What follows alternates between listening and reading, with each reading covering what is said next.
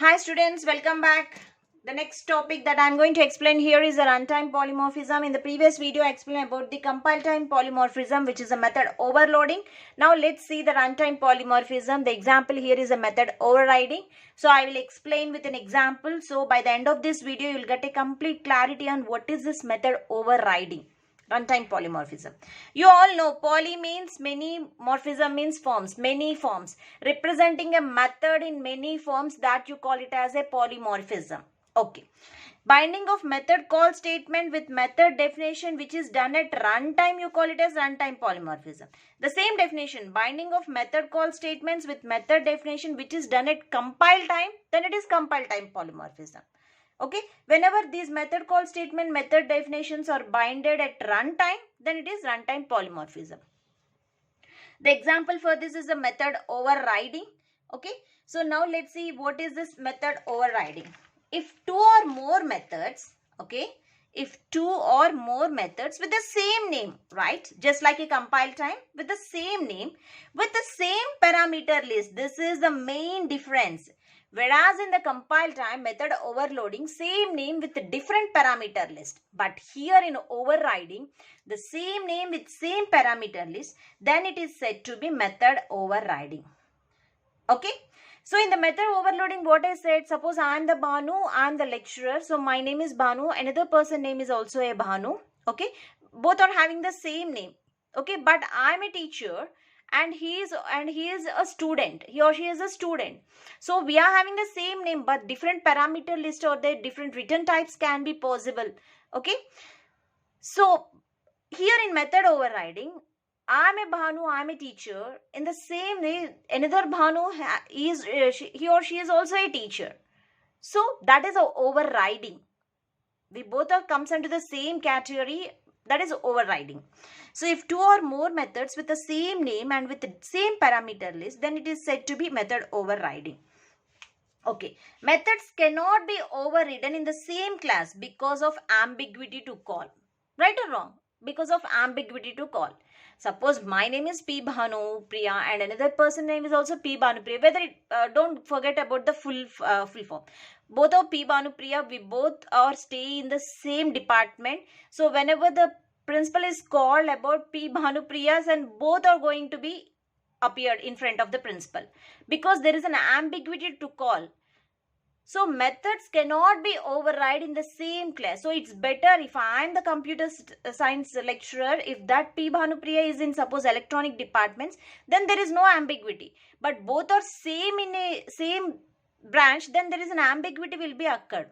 So it's better methods cannot be overridden in the same class because of the ambiguity to call. So try to avoid the ambiguity. Don't keep these two BhanuPriyas in the same branch or in the same category. Okay. So in the same way, the programming also, methods cannot be overridden in the same class because of ambiguity to call. Methods can be overridden in inheritance only. One thing you have to be remember that methods can be overridden. So we can override the methods with the same name with same parameters in inheritance concept only. Means by using the extends keyword. So with the help of extends keyword only, you can override the methods. That point you have to be remember that. Okay. Let me explain you with an example. Okay. I'll explain with let me write. Okay.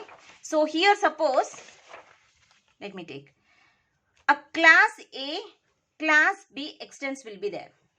Okay. Class A void show. Okay. And then here the class B is also having void show. So here the show, this show belongs to class A. So this can be overridden in class B. This can be overridden in class B. Again I'll tell. This is class A having two methods, void show and void print. And the class B extends A. Whenever the class B extends A, so in the class B only the main method is calling. Whenever the main method is calling in the class B, so this becomes the first it will be called. Whenever class B extends A, this complete show will be coming here and here this will be override. this show will be override in class B. Show belong to class A only, but it will be override in class B.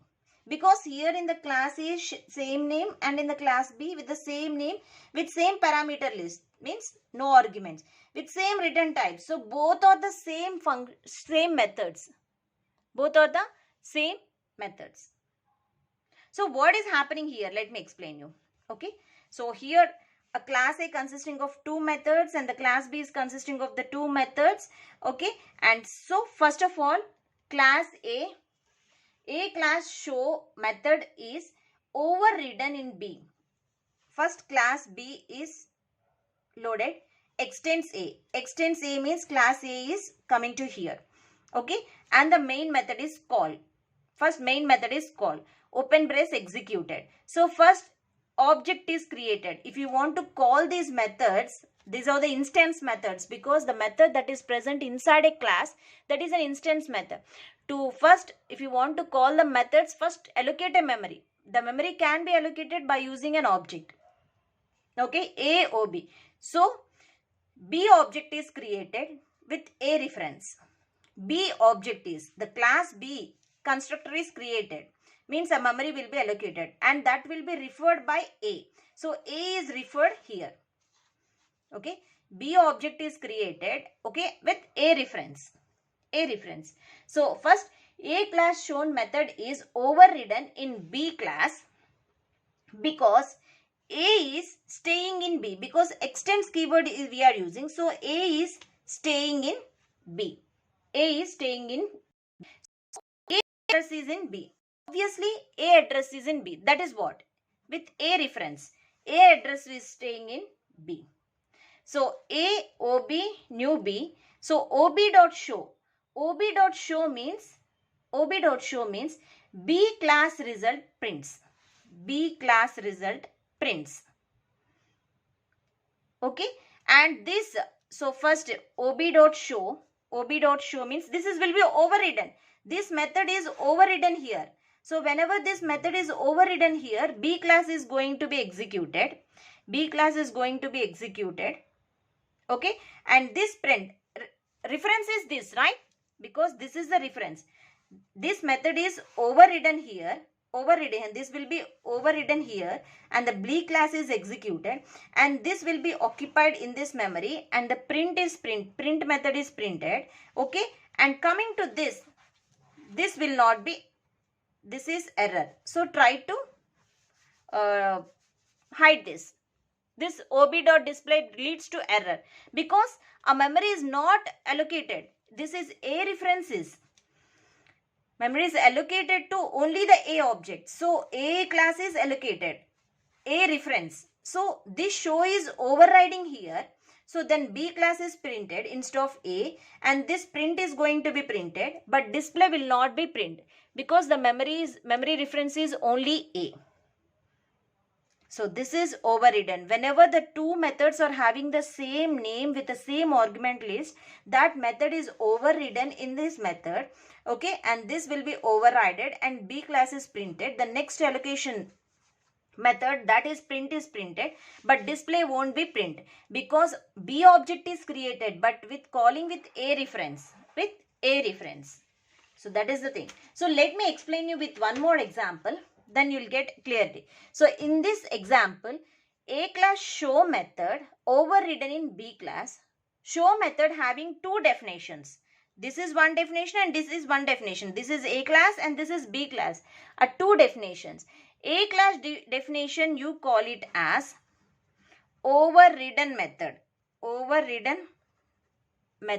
And whereas a B class definition you call overriding method. This is overridden method and this is overriding method. So let me explain you with one more example. Then you get a complete clarity on how it is going to be overriding. Example, class A, void show, A class, sorry, without arguments, right? Void show, system dot, out dot, println, A class, Okay, so I'm just using only one function here. I'm not using the another function. Just I'm writing class B extends A. So here I'm using the same return type with the same name and with same parameters. System dot out dot println. So this is B class. So now close the method. Within the class only public main. Public static void main string args. Okay. So now with A reference is equal to, okay. So here A reference is equal to new B. OB dot show. What is going to be printed? This method call statement bound without definition at runtime. After getting an object, this is called at runtime polymorphism. Okay.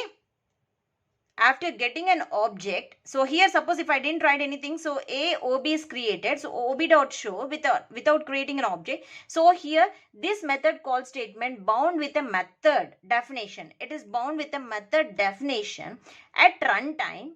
At runtime after getting an object. So this technique you call it as a runtime polymorphism. Okay, runtime polymorphism. Sorry, first you have to create an object, otherwise it will be executed. So this is what a method overriding. So in the next video I'll explain with a difference method overloading and method overriding. So by seeing that video also you will get a complete clarity on the concept what is this polymorphism, runtime polymorphism and the compile time polymorphism. Thank you.